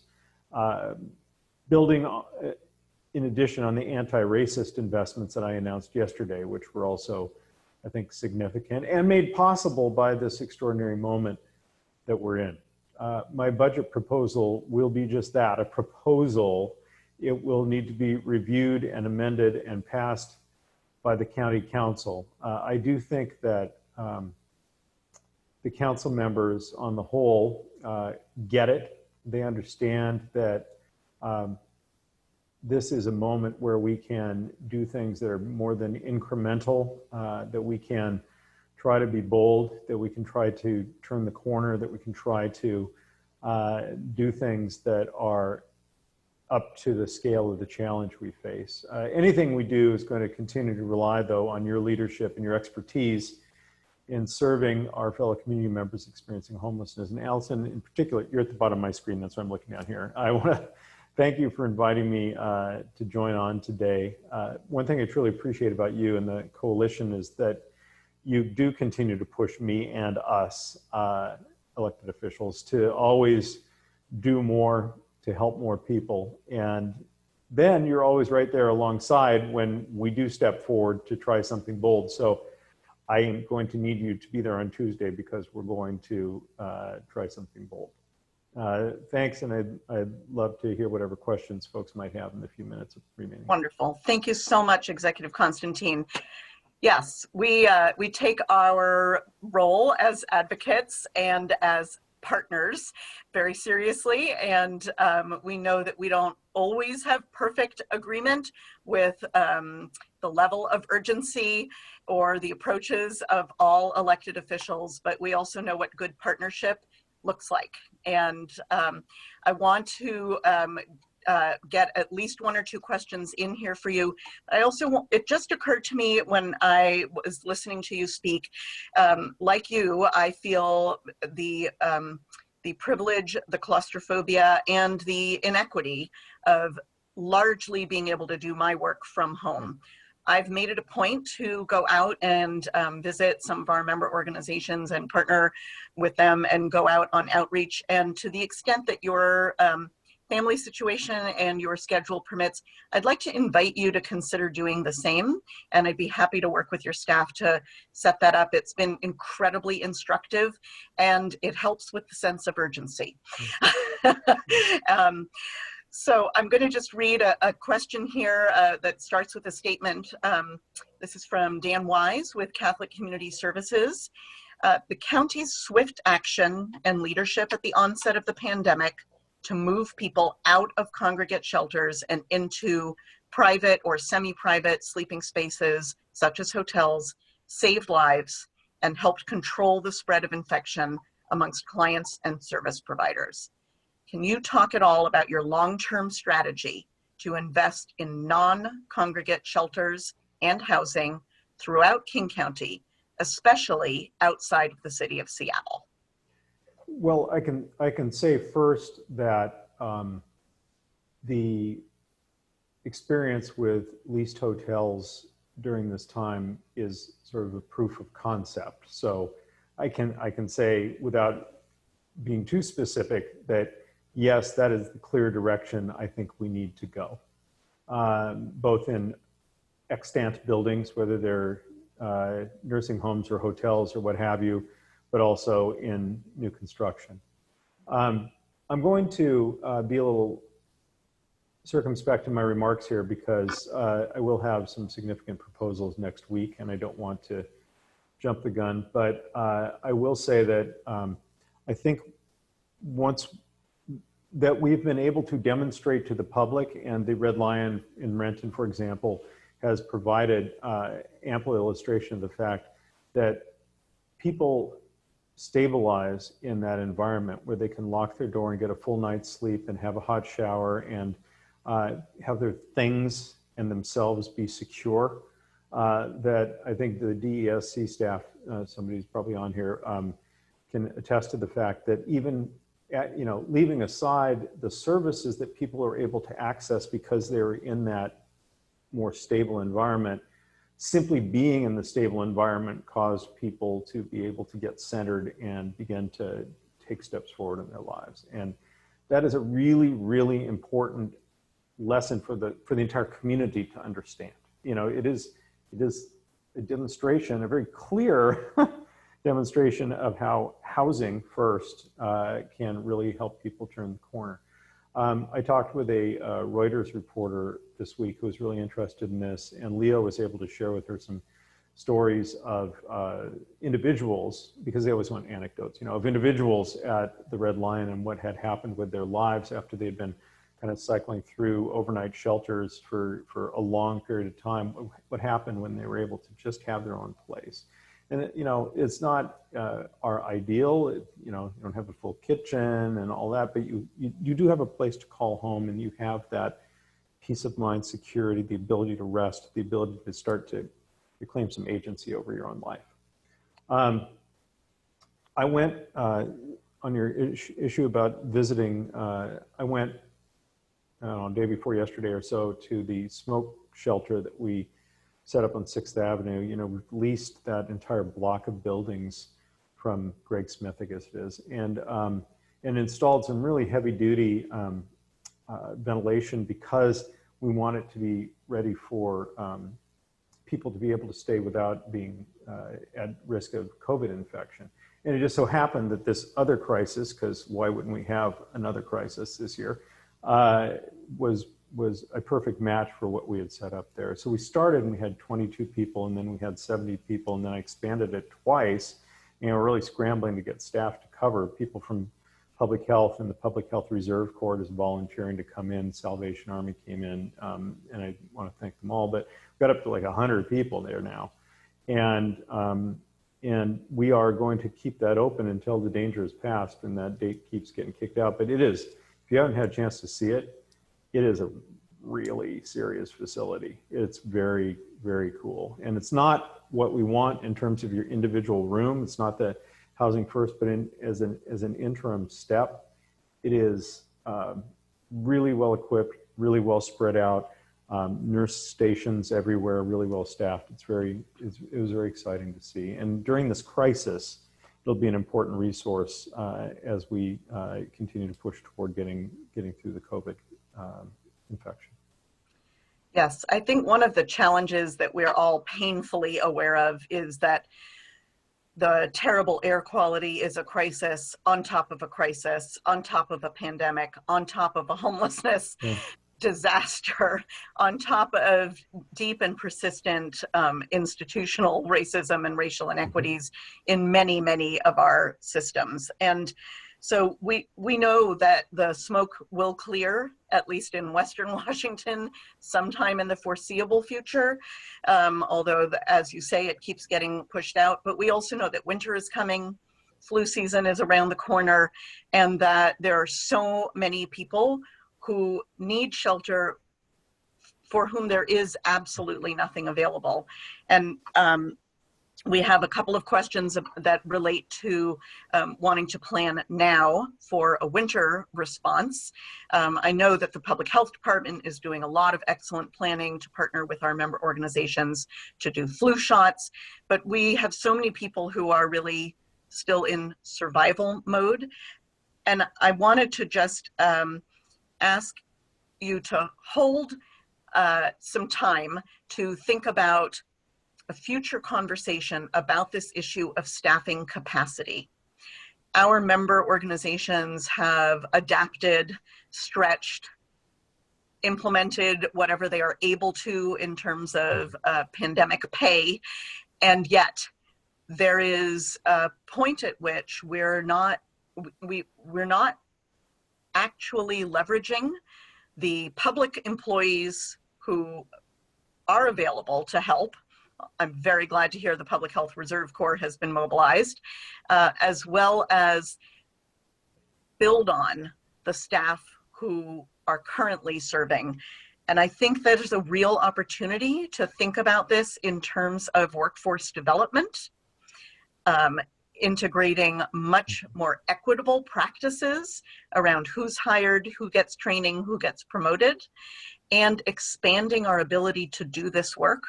One of the things that's been pointed out to me that I think is quite interesting is that permanent supportive housing actually requires fewer staff than running shelters does. And, we know that 24 shelters in our community have gone from overnight only to 24/7 services, which is necessary and terrific. And it means that those staff are fully deployed in those places.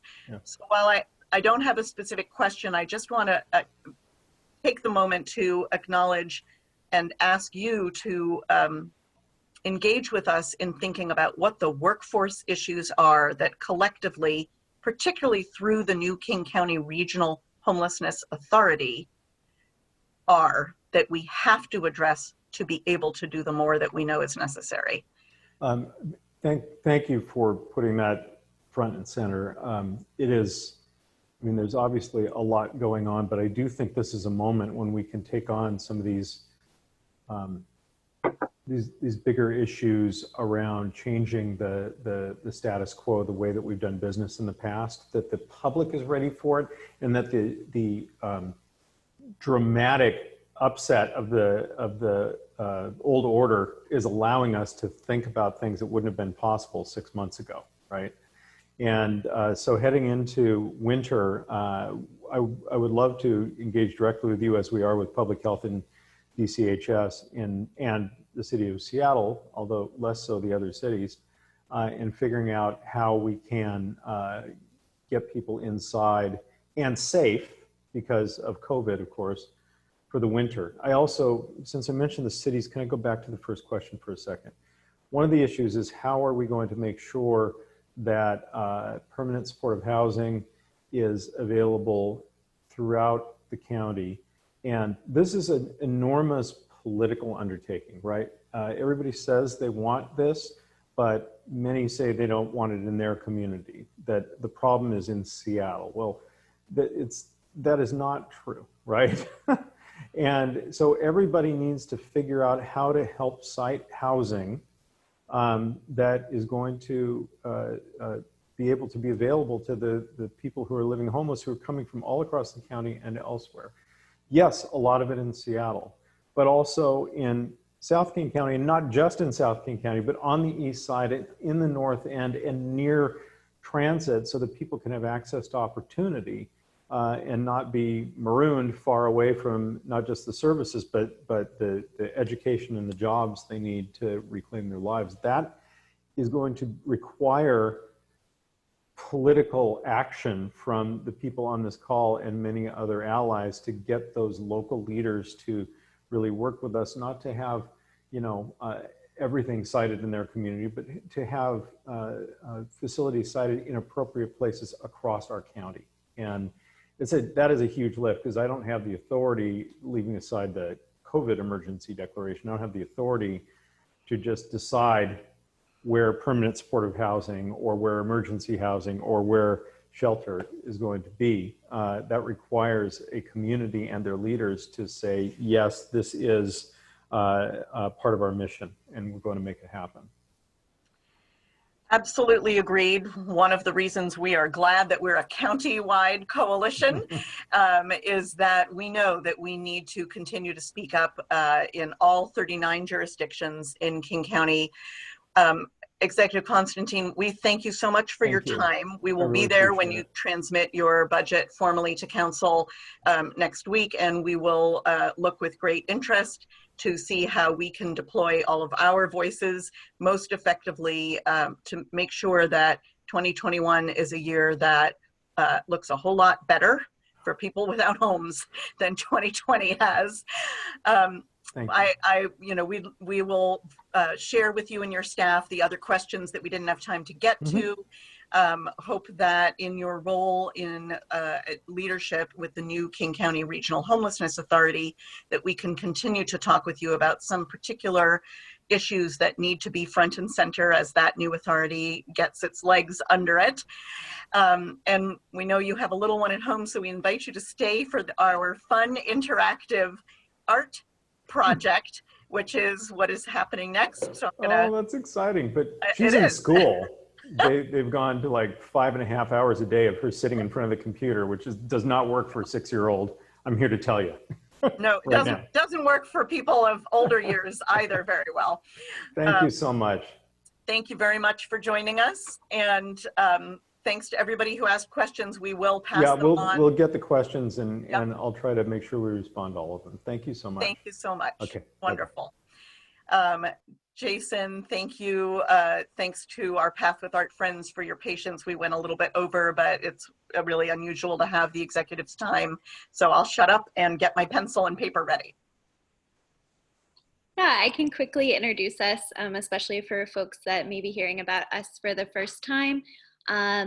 I'm Jessica, I use she, her, they pronouns, and I'm the student community manager at Path with Art. And we also have joining us Becca, who is one of our staff members, as well as has been a teaching artist for us. And what we do is we offer trauma-informed arts programming for folks that may not normally be able to access that sort of thing.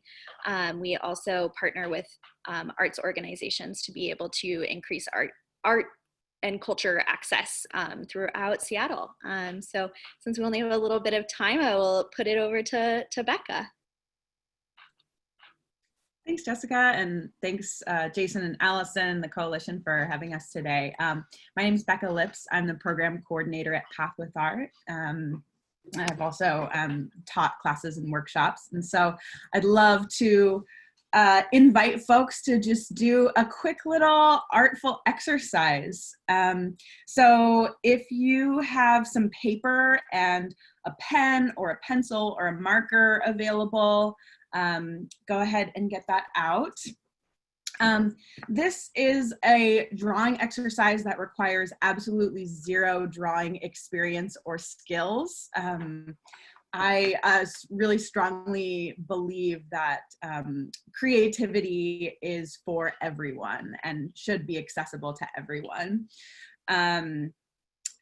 We just need the right tools. So what we're going to do, we'll have a couple different options. So you're going to take your writing implement, whether pen, pencil, colored pencil, marker, and hold it from just the tip. You can choose either to put your piece of paper on the desk in front of you, or if you want an extra challenge, you can put the piece of paper on top of your head. And what we're gonna do is we're just gonna do what's called a continuous line drawing. So you're gonna let the utensil that you're using just kind of guide your hand wherever it wants to go. We'll do this for about 60 seconds. And the invitation is also to not look at your paper. You can either close your eyes or just have a soft gaze straight ahead. But I'm gonna put a timer on for 60 seconds and we'll let our utensils, our tools, do the work. So go ahead and start drawing.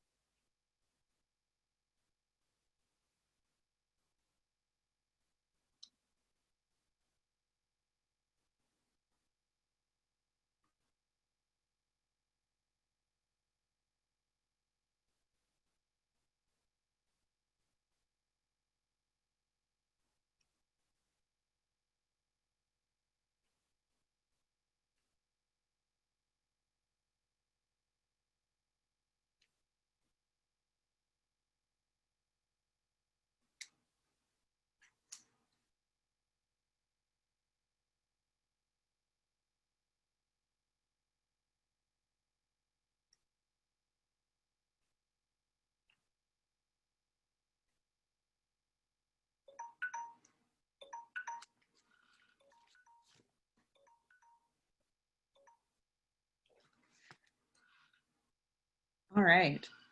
So we're going to do this exercise a second time. This time, I'd like to invite you to use your non-dominant hand to do this exercise. And again, you can leave your paper on the desk in front of you, or if you're feeling extra, like you need an extra challenge, you can put it on top of your head. And again, the invitation is just to notice the feelings that come up in your body, notice the sounds, and just let the creativity flow through your pen. And we'll put another 60 seconds on the clock.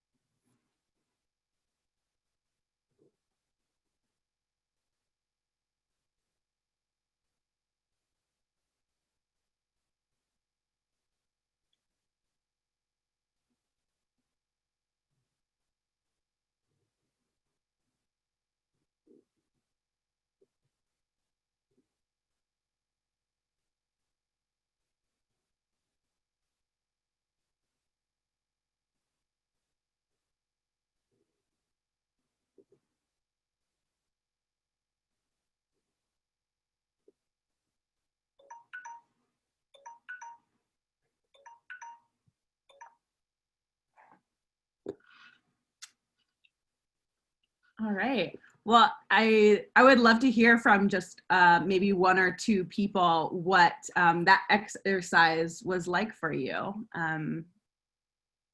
Would anyone like to share a quick word?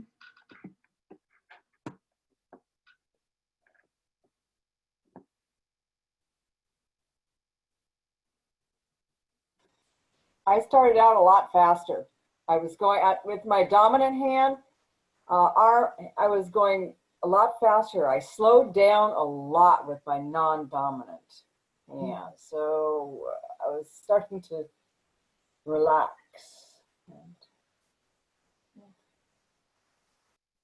Nice. Thank you, Barbara.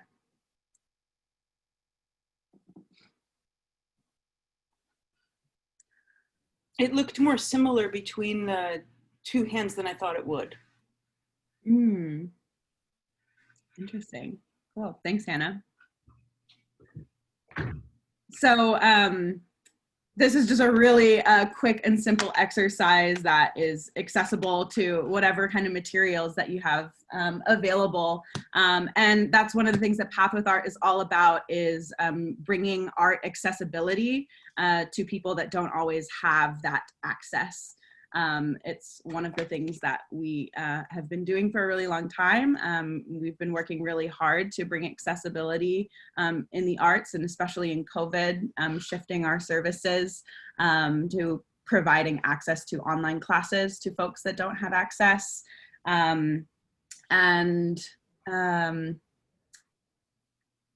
I guess that's my final word, is just encouraging folks to find creativity in your lives wherever you can, because it is and should be accessible to all human beings. And if you take your drawing, a fun thing to do, fun thing for me, is to fill in some of the little shapes, maybe with some colors later on. Is a nice, fun kind of meditative activity. So I hope you all enjoyed that little artful moment. And thank you so much for having us. If you are part of an organization that's interested in connecting your clients to Path with Art, please reach out to Jessica or program at pathwithart.org. Thank you so much, Becca and Jessica. And as Alice suggested, for who can turn your camera on, we'd really love to see the creation you came up with. This is what my right hand looks like.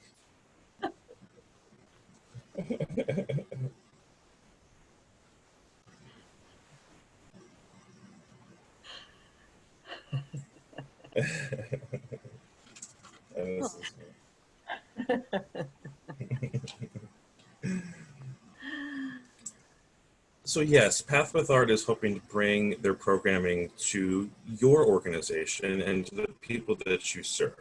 We put a survey in the chat if you're interested in bringing either a Zoom dance class, drawing class, or whether you might be interested in having art supplies mailed to you. They have things like sewing kits and pre-made kits. We know that enrichment services are much needed. So please fill out that form and let us know if you'd like us to follow up. Again, Jessica and Becca, that was fantastic. Thank you so much. Thank you for inviting you. Great.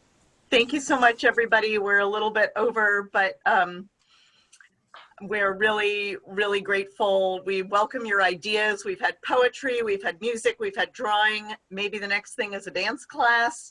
So offer your suggestions. Oh, hi, Erin and family. So I am definitely going to use that drawing exercise at the next coalition board meeting. And I can see, you know, a lot of folks have had to jump off, but there are a lot of smiles. So thank you so much for helping us remember that despite things being really hard and dark, we have a lot within us and within each other to tap into, to be creative in solving problems and in sustaining ourselves in this work. It's beautiful to see all your faces, to see your names, even if we can't see your faces. Nadia, thank you. There's so many people here whom I wish I could see in person, but we're really grateful to see you all virtually and look forward, I hope, to seeing some of you on September 30th and to seeing your kids and pets and everybody else in your home or your workplace. Thank you so much. Thanks, everyone. Bye. Thank you. Bye. Bye.